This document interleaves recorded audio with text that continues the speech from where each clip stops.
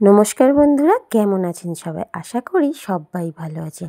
অতসীর আরেকটা ব্লগে আপনাদের সবাইকে অনেক অনেক স্বাগত। তো আজকের দুপুরের লাঞ্চ থেকে রাত্রিরে পার্টিতে যাওয়া পর্যন্ত তোমাদের সঙ্গে ব্লগটা কিন্তু আমি শেয়ার করব। তো সকালবেলা ফ্রিজ থেকে বার করলাম মাছটা আমি একটুখানি জলে রেখে দেবো, না হলে কিন্তু বরফগুলো গলে না, সেই জন্য। আর এখন তো ঠান্ডার সময়, তাই মাছগুলো বেশ বরফ হয়ে গেছে। আর ওদিকে দেখো আমি একটুখানি কতিলার জল আর একটুখানি মেথি ভিজিয়ে রেখে দিয়েছিলাম, সেটাই খেয়ে নিলাম। এদিকে দেখো মাছ ডিম রান্না করব, কচু দিয়ে মাছের ঝোল হবে, আর লাউয়ের খোসাগুলো ভাজবো, আর কুমড়োর খোসা, লাউয়ের খোসা আর আলু দিয়ে একটুখানি ভেজে নেব। মোটামুটি কালো জিরে কাঁচা লঙ্কা দিয়ে এইটা ভেজে নিলে কিন্তু দারুণ ভাত খাওয়া যায়। আমার তো এক থালা ভাত খাওয়া হয়ে যায়। একটুখানি আলু দিয়েছি, কুমড়োর খোসা আর লাউয়ের খোসা, আর নুন লঙ্কার গুঁড়ো হলুদ গুঁড়ো দিয়ে আর একটু পেঁয়াজ দিয়ে কিন্তু নামিয়ে নেব। আর প্রায় 1 ঘন্টা আগে আমি ওগুলো খেয়েছিলাম, তারপরে সবজি কেটেছিলাম। তো মেথির জলটা খাওয়ার ঠিক 1 ঘন্টা পরে আমি এই আমলকিটা খেয়ে নিলাম।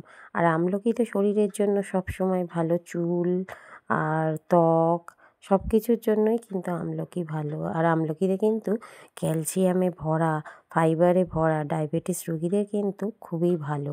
তো আমি ওই জন্য আমলকিটা মোটামুটি ট্রেনে পাই যখন, তখনই আমি কিনে নিয়ে আসি বেশি করে। আর এদিকে দেখো ডিম সিদ্ধ নিয়ে নিয়েছি। আজকে একটু ডিমটা আর আলু দিয়ে রান্না করব না, যেহেতু মাছ হচ্ছে সেই জন্য ভাবলাম ডিমটা একটুখানি ঝাল করে নিই। আর এদিকে দেখো কচু আলুগুলো ভেজে আলাদা একটু গরম জল সাইডে হচ্ছিল, সেখানে আমি কিন্তু মাছগুলো দেবো বলে গরম জলের মধ্যে কচুটা ভেজে দিয়ে দিয়েছিলাম। মশলা কিন্তু তেমন কিছুই দিইনি, শুধু জিরে ফোড়ন দিয়েই রান্না করছি, কারণ জিরেটা বাটার তো গতর নেই, তো কী করবো আর বলো। তো যাই হোক, এবারে নিচে বসতে হয় তো কোমরে ব্যথা করে কখনো কখনো, বা বসতে পারি না, জিরেটা যেন বাটতে ইচ্ছাই করে না, তো সেই জন্য আমি জিরে গোটা দিয়েই করে নিয়েছি। এদিকে একটু ডিমটা ঝাল করে নিলাম, ধনেপাতা দিয়েই করে নেব। আর মোটামুটি একটুখানি গরম মশলা দিয়েছি, পেঁয়াজ, আমাদের বাড়িতে তো কেউ একটু রসুন খেতেই চায় না, তো ডিমটা এভাবেই রান্না করে নিয়েছি। দেখো কি সুন্দর দেখতে হয়েছে। তো যাই হোক, তারপরে মোচাটা তো ওদিকে সেদ্ধ করছিলাম, মোচাটাও রান্না করে নিয়েছি ঘি গরম মশলা দিয়ে। আর রেসিপিগুলো আমি ছোট ছোট রিলের মাধ্যমে কিন্তু সব কিছু দিয়ে দেবো। তো তোমাদের যদি ভালো লাগে ভিডিওগুলো, তাহলে কিন্তু লাইক কমেন্ট করতে একদম ভুলো না। এদিকে দেখো মোচার তরকারি, ডিমের ঝাল আর কচু দিয়ে মাছের ঝোল আর লাউ খোসা ভাজা। আর এদিকে দেখো নিরামিষ মাঝখানে একটা বড়ি আলু কচু দিয়ে তরকারি করে নিয়েছি। তো আজকের মেনু এখানেই কিন্তু কমপ্লিট।